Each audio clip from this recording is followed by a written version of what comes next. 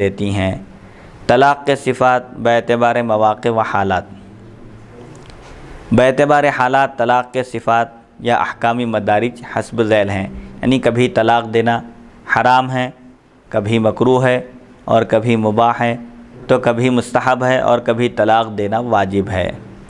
طلاق دینا حرام ہے اگر طلاق بدعی ہو، مثلا کوئی حالت حیض میں طلاق دے تو یہ طلاق بدعی شمار ہوگی، حالت حیض میں طلاق دینا حرام ہے، لیکن طلاق واقع ہو جائے گی۔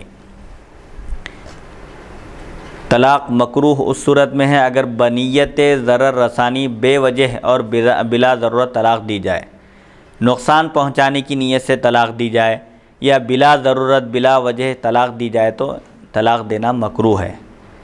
طلاق دینا مباح ہے کب؟ اگر کسی ایسی وجہ سے طلاق دی جائے جو دین سے تعلق نہ رکھتی ہو، دینی وجہ نہیں ہے، شرعی وجہ نہیں ہے، ایسی صورت میں اگر طلاق دے رہا ہے تو یہ طلاق دینا مباح ہے۔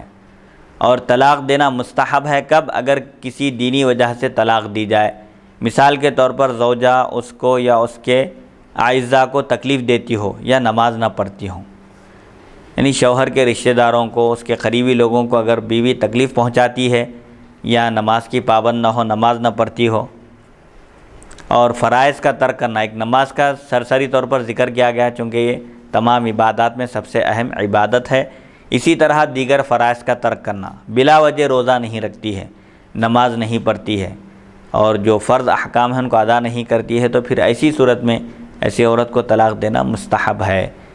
طلاق دینا واجب ہے کب؟ اگر طلاق نہ دینے میں نقصان مال یا جان کا خوف ہو۔ طلاق نہ دینے کی صورت میں مالی نقصان ہو سکتا ہو، بیوی کے لوگوں کی جانب سے یا بیوی کی طرف سے ہی، یا جان جانے کا خوف ہو، یا زوجہ کے حقوق کی عہدہ پر آئی نہ ہو، یعنی حقوق اگر ادا نہیں کر سکتا ہے، اس پر قادر نہیں ہے، یا طلاق دینے کا ماں باپ نے احکام شرعیہ کے تحت حکم دیا ہو۔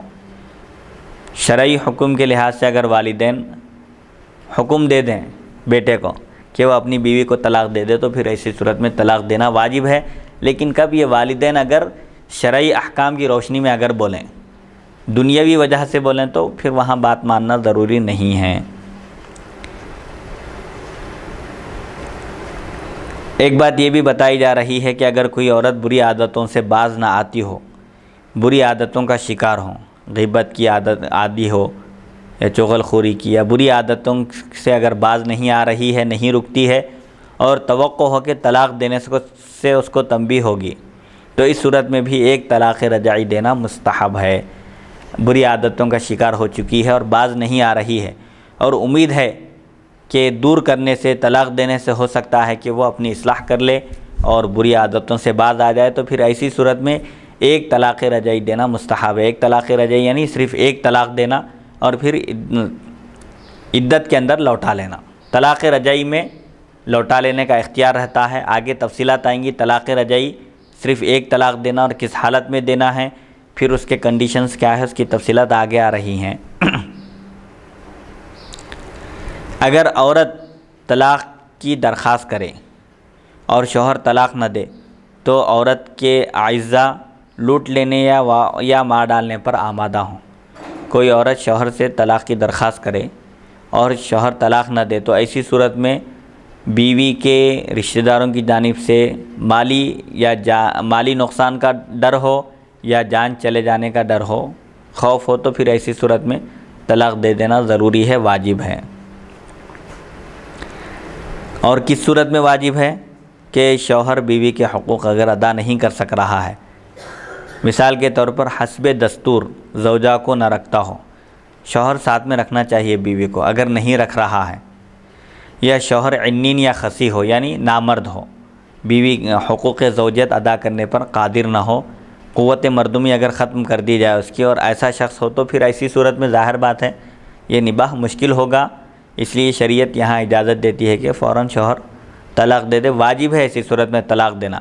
اگر شوہر نامرد ہو تو اس کو 1 سال کی مہلت دی جائے گی تاکہ وہ اپنا علاج کرے اور پھر حقوق زوجیت ادا کرنے پر قادر ہو جائے۔ اس صورت میں بھی اگر وہ قادر نہ ہو تو پھر ایسی صورت میں تفریق یعنی دونوں کو الگ کر دینا واجب ہے۔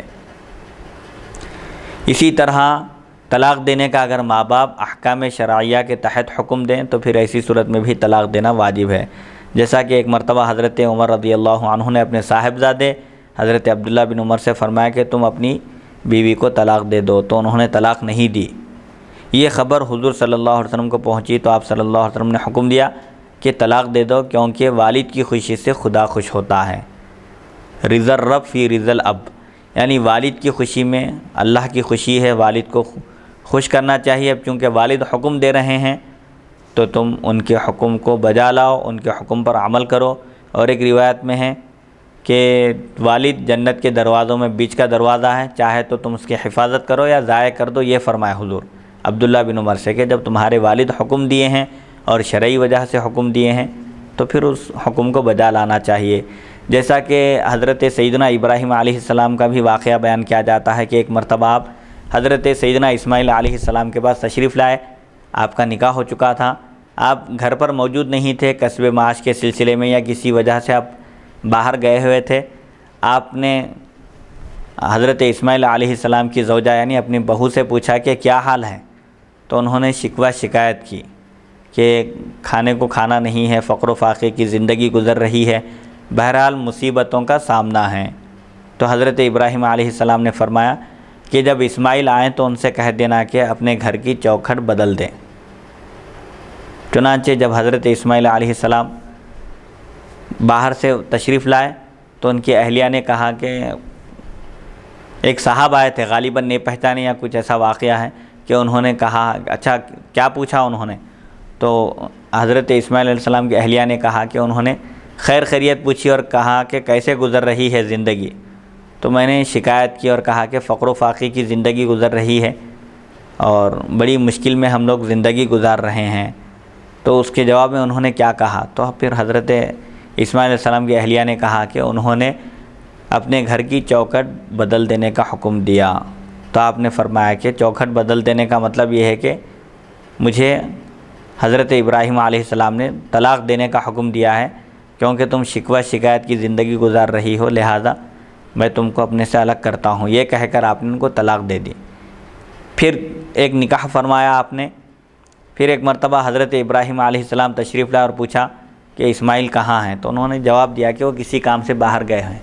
پھر آپ نے پوچھا کہ زندگی کیسے گزر رہی ہے، خوشحال ہو، تو انہوں نے کہا کہ اللہ کا شکر ہے، ہماری زندگی اللہ کے فضل سے اچھی گزر رہی ہے، یعنی شکوہ شکایت نہیں کی۔ حالانکہ ابھی بھی زندگی اسی طرح فقر و فاقے کی گزر رہی تھی، لیکن ان کے اہلیہ کے اندر شکر کا جذبہ تھا، اللہ کا شکر بجا لانے کا جذبہ تھا، اور انہوں نے کہا کہ زندگی اچھی گزر رہی ہے۔ تو حضرت ابراہیم علیہ السلام نے فرمایا کہ اسماعیل آئیں تو ان سے کہہ دینا کہ اپنی اس چوکھٹ کو باقی رکھے۔ پھر حسب سابق واقعہ پیش آیا، حضرت اسماعیل علیہ السلام سے انہوں نے ان کے اہلیہ نے ذکر کیا کہ ابراہیم علیہ السلام تشریف لائے تھے اور انہوں نے مجھ سے خیر خیریت دریافت کی اور میں نے یہ جواب دیا، تو انہوں نے یہ فرمایا۔ تو حضرت اسماعیل علیہ السلام نے فرمایا کہ میرے والد تم کو اپنی زوجیت میں باقی رکھنے کا مجھے حکم دے کر گئے ہیں۔ تو بہرحال بیوی شوہر کی بات ماننے والی ہو اور شرعی احکام پر عمل کرنے والی ہو، شرعی احکام سے روح گردانی کرنے والی ہے، رخ پھیرنے والی ہے، تو پھر ایسی صورت میں والدین کا اگر حکم ہو شرعی احکام کی روشنی میں، نفسانیت کا دخل نہ ہو بلکہ شرعی احکام کی روشنی میں اگر والدین حکم دیں تو پھر ایسی صورت میں طلاق دینا واجب ہے۔ نفسانیت کا دخل نہ ہو، یعنی دنیاوی اعتبار سے، جیسے آج کل لوگوں میں جو ماحول رائج ہو چکا ہے اور جو عادتیں بن چکی ہے، ارے ان کے والد جھک کر نہیں ملے، وہ ہماری عزت نہیں کیے، ہماری شایان نشان انہوں نے تواضع نہیں کی، ضیافت نہیں کی، ہماری یہ بات نہیں مانے، ہماری وہ بات نہیں مانے، ہمارے ساتھ ایسا سلوک کیا۔ یہ دنیاوی چیزیں ہیں، یہ اخروی اعتبار سے، شرعی اعتبار سے ان چیزوں کی کوئی اہمیت نہیں ہے۔